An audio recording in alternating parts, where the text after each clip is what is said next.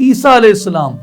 امام مہدی علیہ السلام کی اقتداء میں نماز پڑھیں گے۔ اے ایمان والو، اپنے عہد پورے کرو۔ ایسے لوگ بھی کافر ہو گئے ہیں جنہوں نے کہا کہ اللہ تین معبودوں میں سے تیسرا ہے۔ برہان سے مراد حضور علیہ السلام کی ذات اقدس ہے۔ ایک انسان کا قتل جو ہے وہ تمام انسانوں کا قاتل ہے۔ یہ مرشد کو بھی وسیلہ قرار دیا گیا ہے، اور نور مبین سے مراد قرآن مجید ہے۔ الحمدللہ رب العالمین، الصلاۃ والسلام علی سید الانبیاء والمرسلین وعلی آلہ وصحبہ اجمعین۔ خواتین و حضرات، السلام علیکم ورحمۃ اللہ وبرکاتہ۔ ہم قرآن مجید کے چھٹے پارہ کے خلاصے کے ساتھ آپ کی خدمت میں حاضر ہیں، اور اس میں ہم سورہ النساء کی جو بقیہ آیات ہیں 148 سے لے کے 176 تک، اس کے بارے میں ہم پہلے اس کا خلاصہ آپ کے سامنے پیش کریں گے۔ چھٹے پارے کا آغاز جو ہے وہ سورہ النساء کی آیہ نمبر 148 سے ہے، جس میں مظلوم کے لیے ظالم کے ظلم کو بیان کرنے کا جواز ہے، اور آیہ نمبر 149 میں نیکی کو ظاہراً یا خفیہ طور پر کرنے کا بیان کیا گیا، اور سورہ النساء کی آیہ نمبر 150 اور 151 میں انبیاء کی اور رسولوں کی تکذیب کرنے والے، یعنی ان کو جھٹلانے والے جو لوگ ہیں، ان کے انجام کو اور ان کے اختتام کو بیان کیا گیا ہے۔ اور آیہ نمبر 152 میں اللہ اور اس کے رسولوں پر ایمان لانے اور مومنین کو اجر عطا کیے جانے کا بیان ہے۔ 153 سے 176 تک 153 سے 176 تک بنی اسرائیل، ان کی ہٹ دھرمی، ان کی وعدہ خلافی کو بیان کیا گیا۔ سیدہ مریم سلام اللہ علیہ پر جو تہمت انہوں نے لگائی اس کا بیان ہے۔ سیدنا عیسیٰ علیہ السلام کا زندہ آسمانوں کی طرف اٹھایا جانا، اس کا بیان ہے۔ اور جو نصرانیوں کا، عیسائیوں کا عقیدہ تثلیث ہے، اس کا قرآن مجید میں رد آیا ہے، اور آقا پاک علیہ الصلوۃ والسلام اور دیگر انبیاء کرام علیہم السلام پر وحی کا ذکر کیا گیا ہے، اور آقا علیہ الصلوۃ والسلام کے برہان بن کر آنے کا ذکر اس میں کیا گیا ہے، اور آخر میں میراث کے مسائل کا بیان ہے۔ اب آئیے ان میں کچھ آیات کو ہم دیکھتے ہیں۔ سورہ النساء کی آیہ نمبر 156 میں جو بیان ہے، یہ سیدنا عیسیٰ علیہ السلام کو سولی چڑھا کر قتل کر دینے یا شہید کر دینے کا جو دعویٰ ہے یہود کا، اس کا رد قرآن مجید میں کیا گیا ہے۔ وَقَوْلِهِمْ إِنَّا قَتَلْنَا الْمَسِيحَ عِيسَى ابْنَ مَرْيَمَ رَسُولَ اللَّهِ وَمَا قَتَلُوهُ وَمَا صَلَبُوهُ وَلَكِنْ شُبِّهَ لَهُمْ وَإِنَّ الَّذِينَ اخْتَلَفُوا فِيهِ لَفِي شَكٍّ مِّنْهُ مَا لَهُمْ بِهِ مِنْ عِلْمٍ إِلَّا اتِّبَاعَ الظَّنِّ وَمَا قَتَلُوهُ يَقِينًا۔ اور ان کے اس کہنے، یعنی اس فخریہ دعوے کی وجہ سے بھی کہ ہم نے اللہ کے رسول مریم کے بیٹے عیسیٰ مسیح کو قتل کر دیا ہے، حالانکہ انہوں نے نہ ان کا قتل کیا اور نہ انہیں سولی چڑھایا، مگر ہوا یہ کہ ان کے لیے کسی کو حضرت عیسیٰ علیہ السلام کا ہم شکل بنا دیا گیا۔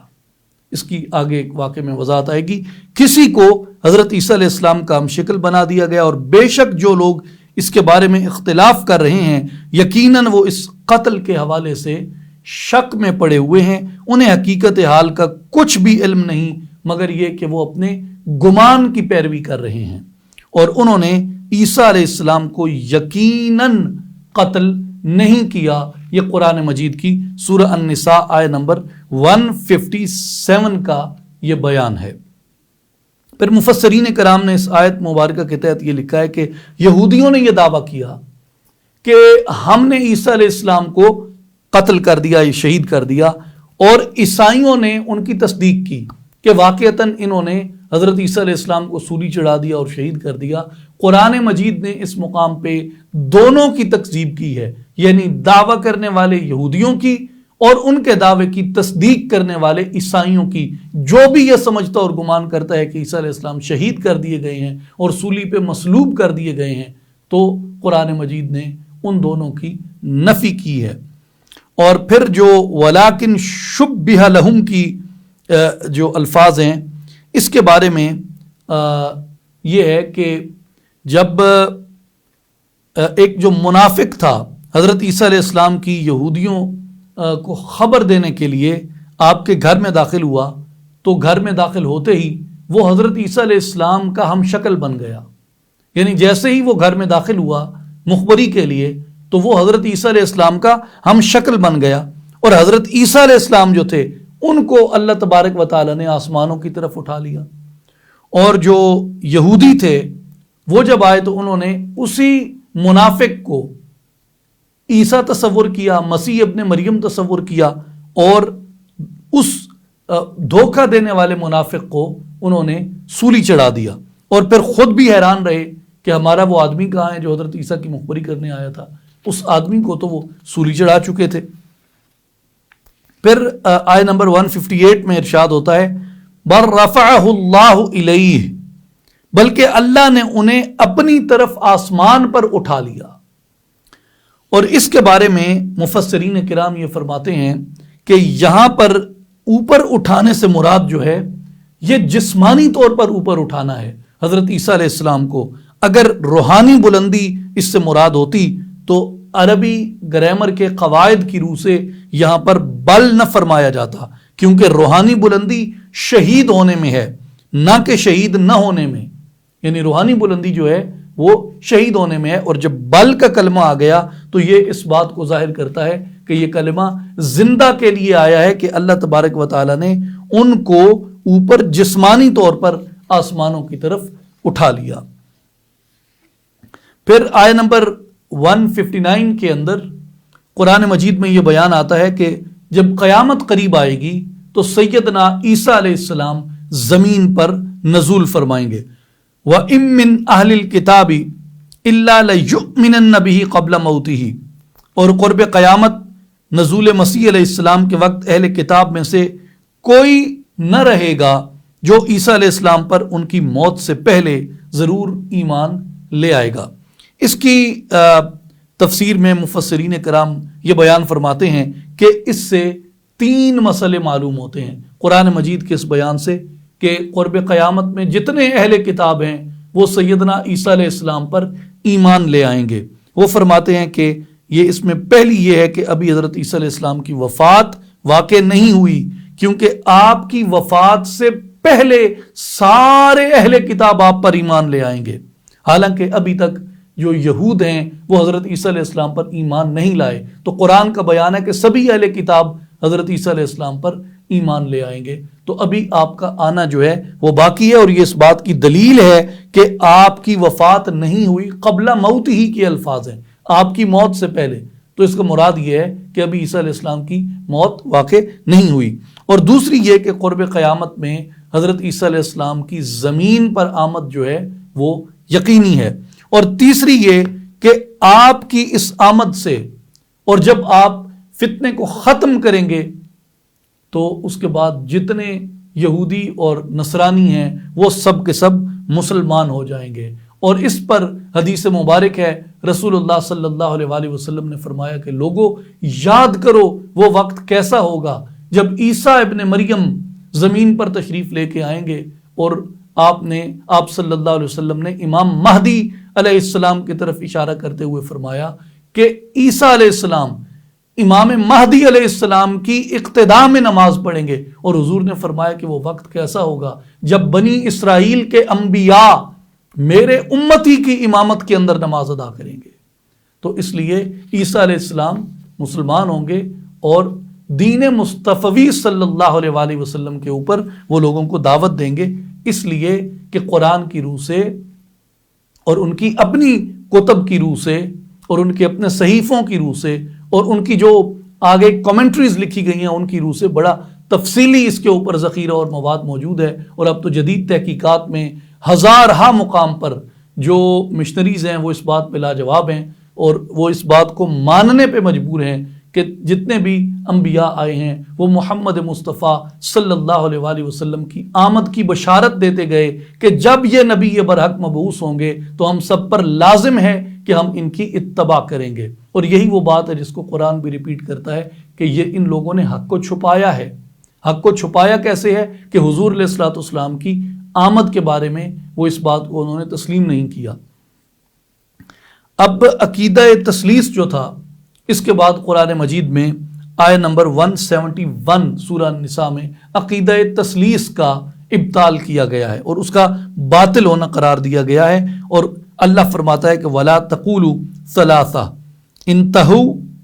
خیر لکم انما اللہ الہ واحد، اور مت کہو کہ معبود تین ہیں، فرمایا اس عقیدے سے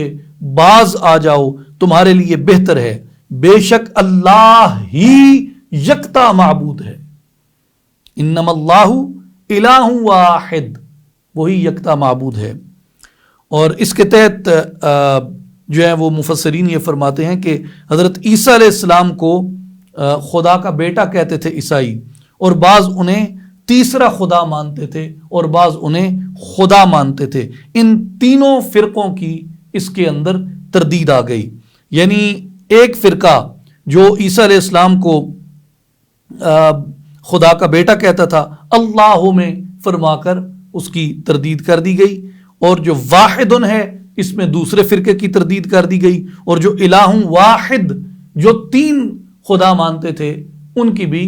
اس میں تردید کر دی گئی۔ اور اس کے بعد قرآن مجید نے فرمایا کہ تم یہ نہ کہو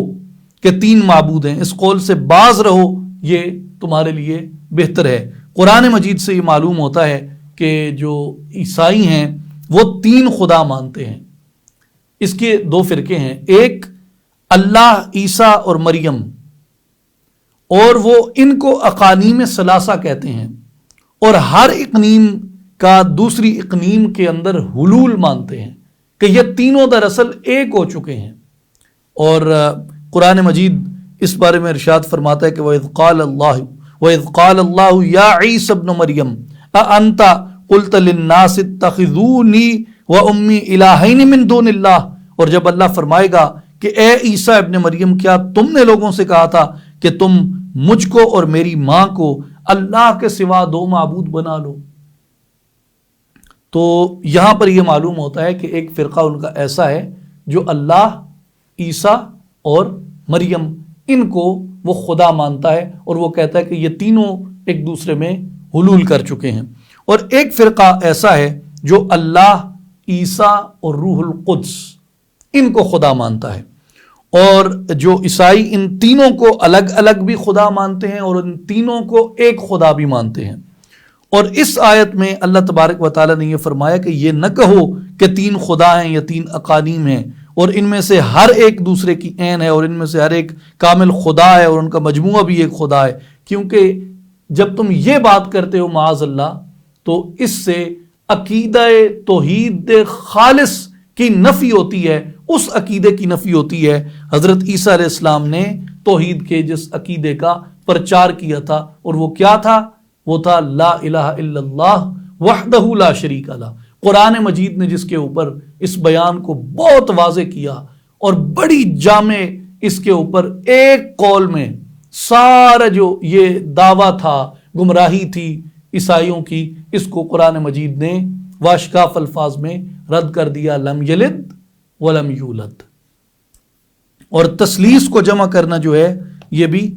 غیر معقول ہے، اور مفسرین فرماتے ہیں کہ یہ اجتماع الازداد ہے، یعنی ضدیں جمع کی گئی ہیں، ایک بشر ہے، ایک فرشتہ ہے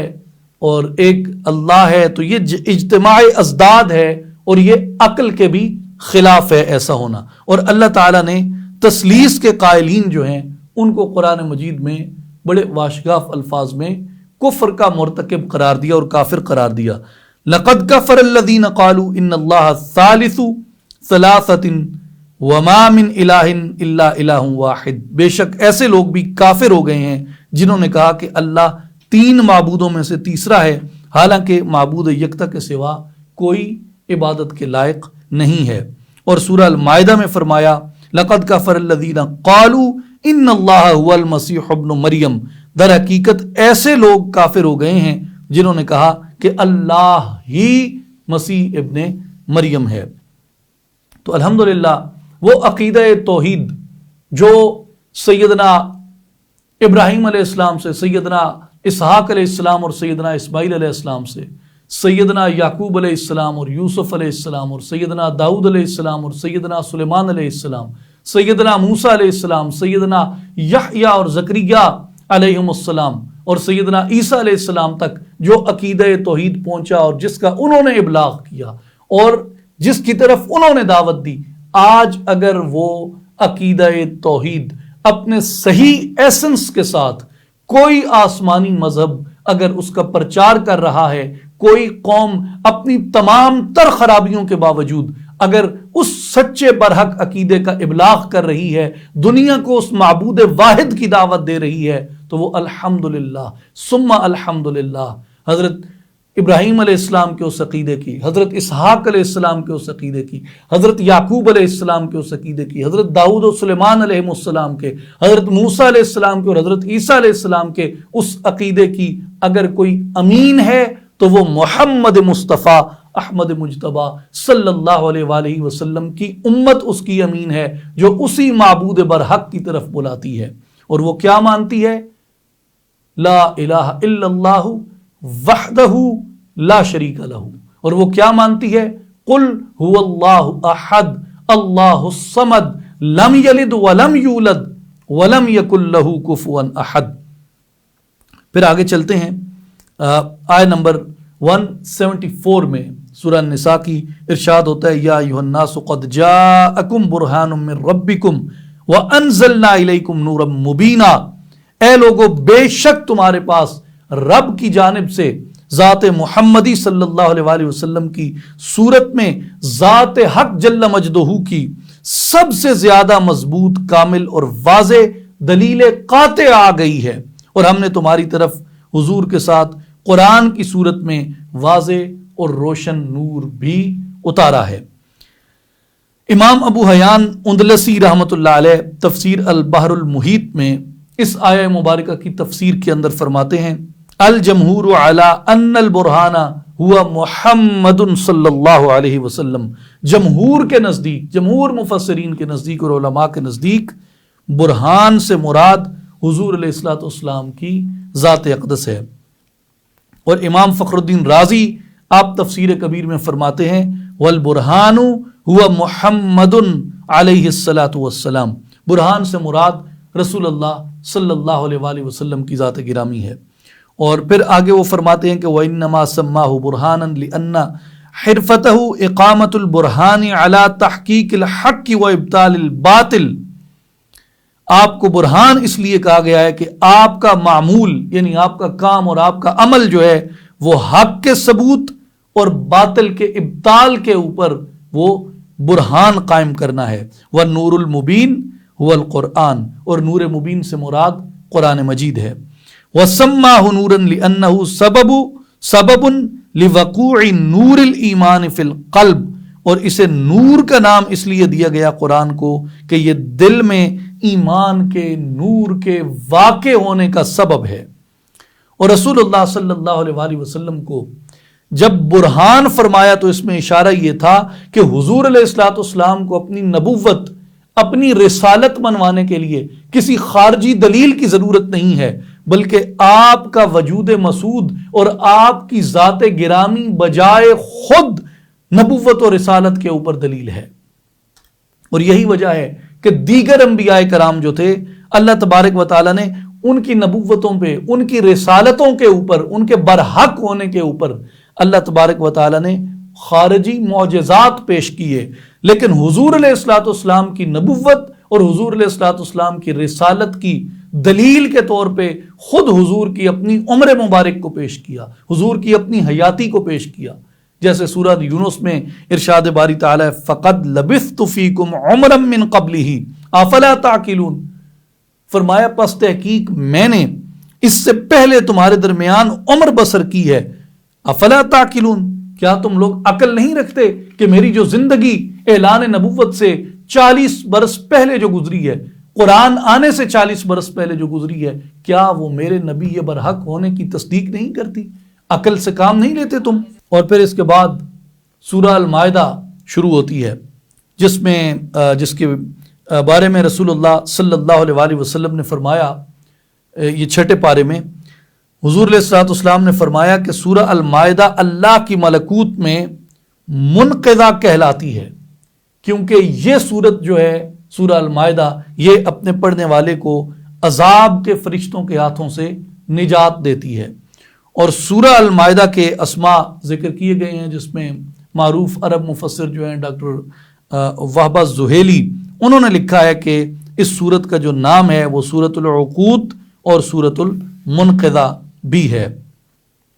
سورہ المائدہ کے مضامین کا خلاصہ عرض کرتے ہیں۔ آیت نمبر 1 سے 5 میں اللہ تبارک و تعالیٰ سے کیے ہوئے ہر عہد کو پورا کرنے کا حکم ہے،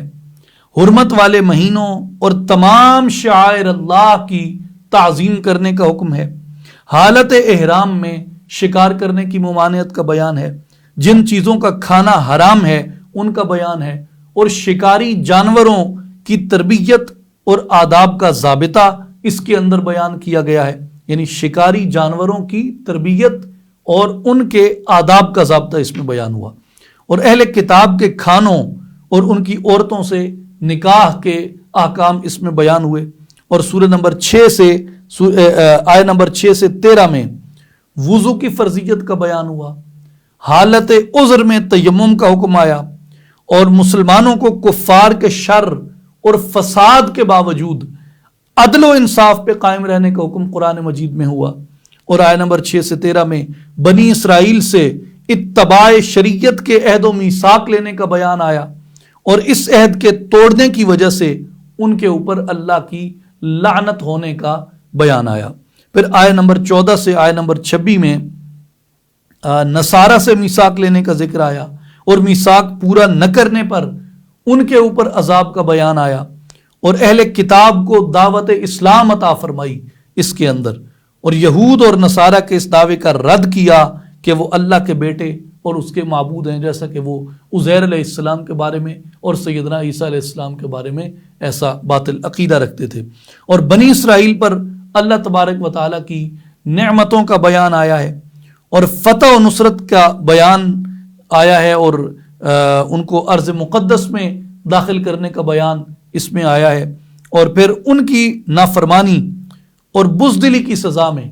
40 برس تک صحرا میں ان کے بھٹکتے پھرنے کا بیان آیا ہے۔ پھر آیت نمبر 27 سے آیت نمبر 45 تک، یعنی 27 سے 45 تک میں قابیل اور حابیل کا واقعہ بیان ہوا کہ قابیل کا حابیل کو قتل کرنا، اور پھر ایک انسان کا قتل جو ہے وہ تمام انسانوں کا قاتل ہے، یہ بیان آیا، اور ڈاکوؤں کے بارے میں حد آئی اس میں، اور مسلمانوں کو اتباع شریعت کا حکم اس کے اندر کیا گیا،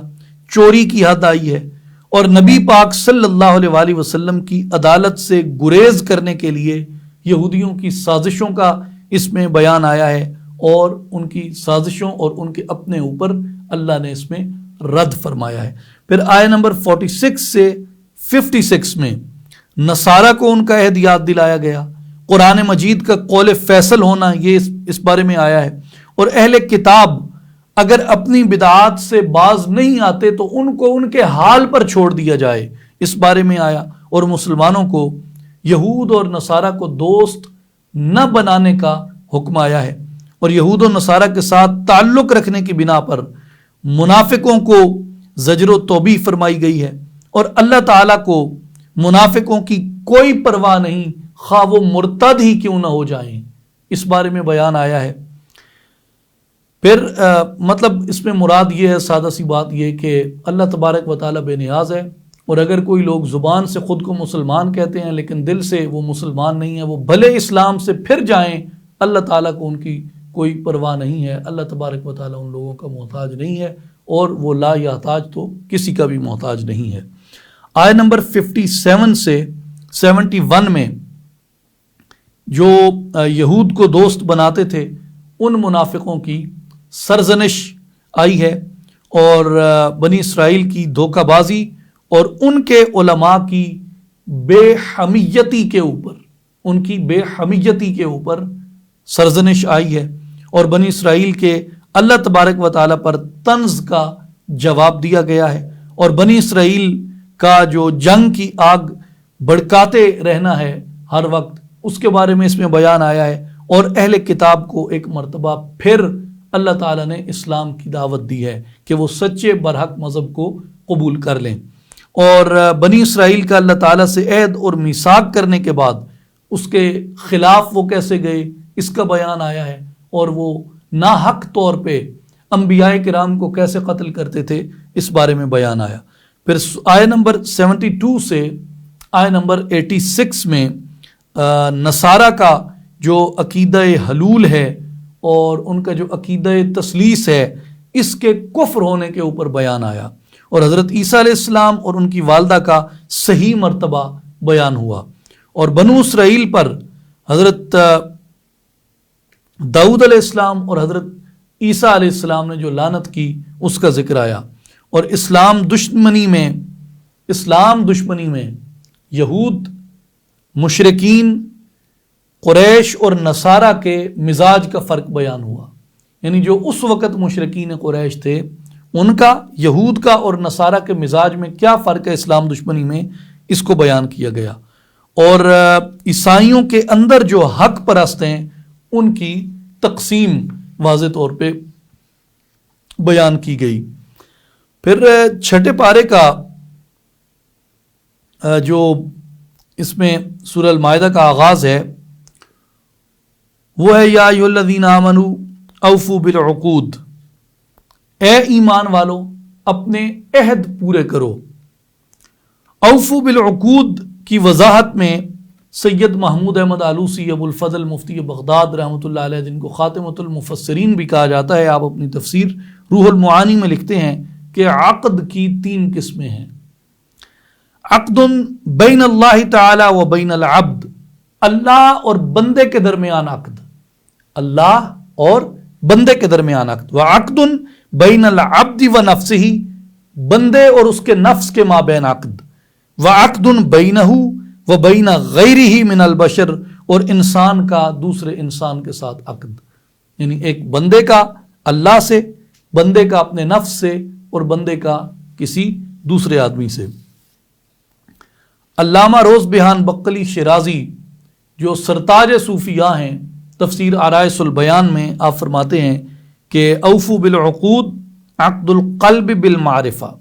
اوفوا بالعقود سے مراد ہے قلب کا عقد معرفت کے ساتھ، وعقد اللسان بالثناء، اور زبان کا عقد اللہ کی حمد و تسبیح بیان کرتے رہنے کے ساتھ، اس کی حمد و ثنا بیان کرتے رہنے کے ساتھ، کہ دل مشغول ہو جائے معرفت میں اور زبان مشغول ہو جائے اس کی ثنا کے اندر، وعقد الجوارح بالخضوع، اور جو یہ اعضائے بدن ہیں ان کا عقد خشوع اور خضوع کے ساتھ، عاجزی کے ساتھ۔ اس میں ایک اشارہ نماز کی ادائیگی کی طرف بھی ہے، کیونکہ رکوع میں، سجدہ میں، تشہد میں بھی عاجزی کی ایک حالت ہے، اور اس کے علاوہ بھی جسم کو ہر وقت اطاعت الہی میں مشغول رکھنا، یعنی دل کو معرفت میں مشغول کرنا، زبان کو ذکر میں مشغول کرنا، اور جسم کو عجز میں مشغول کرنا۔ پھر سورہ المائدہ کی آیت نمبر 35 ہے جس میں بیان ہوا یا ایھا الذین آمنوا اتقوا اللہ وابتغوا الیہ الوسیلۃ وجاہدوا فی سبیلہ لعلکم تفلحون، اے ایمان والو اللہ سے ڈرتے رہو اور اس کے حضور تک تقرب اور رسائی کا وسیلہ تلاش کرو، اور اس کی راہ میں جہاد کرو تاکہ تم فلاح پا جاؤ۔ وسیلہ یہاں پہ آیا ہے کہ وابتغوا الیہ الوسیلہ، اللہ کی طرف وسیلہ تلاش کرو۔ وسیلہ سے مراد ایمان ہے، وسیلہ سے مراد اعمال صالحہ ہیں، وسیلہ سے مراد قرآن مجید ہے، پیغام ہدایت ہے، فرائض کی ادائیگی ہے، اتباع سنت وسیلہ ہے، اور محرمات اور مکروہات سے بچنا اور یہ سب چیزیں اللہ تبارک و تعالیٰ تک پہنچنے کا، اس کے قرب کو حاصل کرنے کا ذریعہ ہیں اور اس کا وسیلہ ہیں۔ اسی طرح اس کی راہ میں جہاد کرنا بھی یہ اس تک پہنچنے کا ایک وسیلہ ہے۔ اور جس طرح ہم اجتماعی توبہ کرتے ہیں، مثال کے طور پہ مختلف شیوخ طریقت کے ہاں بیعت کا ایک نظام رائج ہے، جس میں وہ آنے والوں سے اجتماعی طور پہ توبہ کرواتے ہیں، ذکر کی تلقین کرتے ہیں، فکر کی تلقین کرتے ہیں، اللہ تبارک و تعالیٰ کی طرف رغبت دیتے ہیں، برائی سے روکتے ہیں، نیکی کی طرف دعوت دیتے ہیں، اور روحانی تربیت کرتے ہیں، اخلاق کی تربیت کرتے ہیں، اور درجہ بدرجہ سالک کو اللہ تبارک و تعالیٰ کی بارگاہ کی طرف، اس کے قرب کے مزید سے مزید حصول کی طرف لے کے جاتے ہیں۔ اس لیے شیخ کو بھی یعنی مرشد کو بھی وسیلہ قرار دیا گیا ہے۔ اور حضرت شاہ ولی اللہ محدث دہلوی رحمۃ اللہ علیہ، آپ نے القول الجمیل میں بڑی صراحت کے ساتھ اور وضاحت کے ساتھ یہ لکھا ہے کہ اس آیت میں وابتغوا الیہ الوسیلہ میں وسیلہ سے مراد مرشد کامل کی بیعت اختیار کرنا ہے۔ اور علامہ اسماعیل حقی رحمۃ اللہ علیہ نے تفسیر روح البیان میں وسیلہ کی وضاحت فرمائی، اور تفسیر روح البیان میں آپ اس کی وضاحت میں فرماتے ہیں کہ وَعْلَمْ أَنَّ الْآيَةَ الْكَرِيمَةَ صَرَحَتْ بِالْأَمْرِ بِإِبْتِغَاءِ الْوَسِيلَةِ، تو جان لے کہ بے شک یہ آیت کریمہ جو ہے وہ وسیلہ کے تلاش کرنے کے حکم میں